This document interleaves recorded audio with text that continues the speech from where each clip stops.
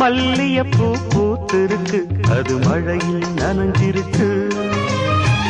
வருஷமெல்லாம் காத்திருக்கு, ஒரு வண்டுக்கு தவம் இருக்கு.